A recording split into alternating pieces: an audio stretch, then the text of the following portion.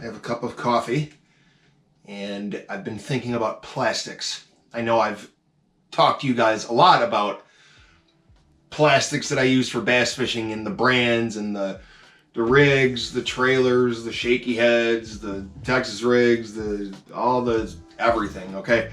But it's good. It's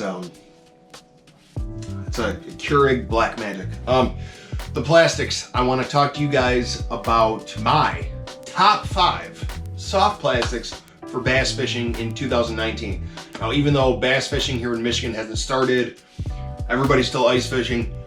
I know you might be wondering, how do I know these are going to be the best plastics? How do I know these are the best whatever? I don't. These are just baits that I've used in the past, and I've caught a lot of largemouth bass with and smallmouth bass with. Also some panfish, pike, and other stuff. But one thing I will tell you is they are all natural colors. They all imitate natural forage. I believe in these colors, in these color choices, and these baits. I think you guys will as well. The Strike King coffee tube in the natural Gobi color. So, once again, if you are new to my channel, why do I throw a natural Gobi? Why do I talk about this Gobi all the time? Why am I obsessed with it? Because they are a natural food source to smallmouth bass, okay? Gobis were first discovered in the Great Lakes area in, I think it was 1990 or 91. And, you know, they were, for the longest time, they were an invasive species. I believe they still are an invasive species, but now I know at like Lake St. Clair, Lake Michigan, all these other places, people have gotten used to them. They're a food source to the smallmouth bass. They're a reason why the smallmouth bass get as big as they do. And I'm telling you, if you throw this tube right here, if you throw this on a tube jig, which is the first rig that I'm going to kind of incorporate with a bait, if you throw this on a tube jig, you are going to catch fish. It's so lifelike, it's so realistic in its appearance and color. I keep looking at it, I keep touching it, I keep thinking about it. It's just one of those things. I mean, gobies, you think of invasive species, but gobies also eat zebra mussels, which means an invasive species eats an invasive species, and it's kind of all connected to a smallmouth bass. I love these things.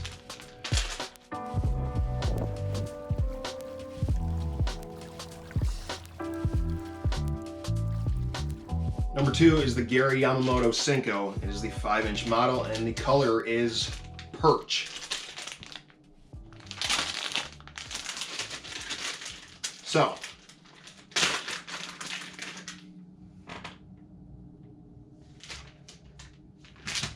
this 5-inch Cinco in the Perch color, weightless Texas rigged with a 1/4 ounce weight, or wacky rigged. That is what I'm going to get at with this bait. Now, why a perch? Okay, you think about like largemouth bass and insects, frogs, flies, stuff like that. They also feed on perch, sunfish, you know, shad, stuff like that. But I've found that smallmouth bass, okay, not that I've found, I feel like a smallmouth bass likes to eat perch more than they do sunfish, and a largemouth likes to eat sunfish more than they do perch.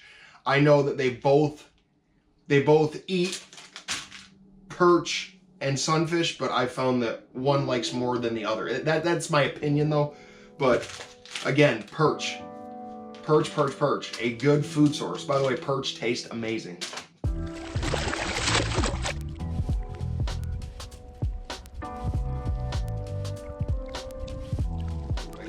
Package. That is the Zoom Baby Brush Hog in the Sungill color, okay? Look at how good this looks. Look at it. It looks amazing, okay? But the question is why? I mean, I think I read somewhere that like, I think it was like 35 or 40% of a bass's diet, especially a largemouth bass, can consist of sunfish, and that is because bass and a sunfish, it's definitely like a predator and prey relationship. You find sunfish where you find bass, and a sunfish will eat the eggs of the bass will eat the sunfish because it's an easy meal. And I don't know if you guys know if this is true or not, but let me know in the section below. Have you ever heard of a sunfish getting stuck in a bass's throat? So you have coffee tube, Senko, brush hog, Gobi, perch, sungill. So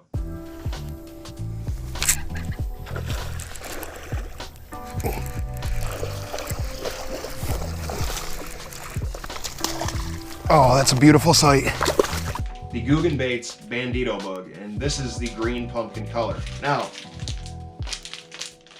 I know some of you do not like the Guggens, whatever, blah, blah, blah, but if you just look at the baits themselves, and not the Guggens, you will find that the baits are actually very good. They catch fish, and this is going to be one of my go-to flipping and pitching baits. And also a bait that I'm going to swim.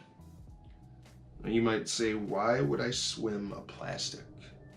Or you might say, if I'm gonna flip and pitch it, you know, around docks or cover or lily pads, why would I swim it? Look at those appendages.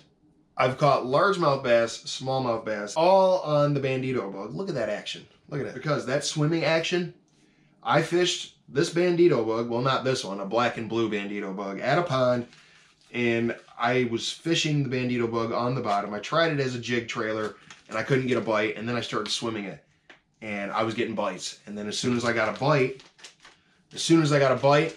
I let it sit for a minute, I waited, and I just cut the Rage Craw. And it's going to be the blue bug color, which, I mean, if I didn't want to say blue bug, I would just say black and blue. But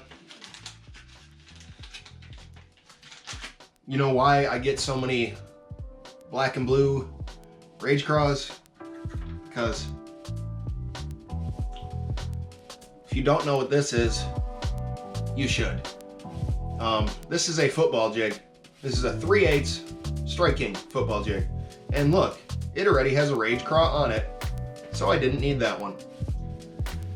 If you take that black and blue Rage Craw and you put it on this 3/8 football jig, or even a 1/2 ounce structure jig or whatever, if you fish that Rage Craw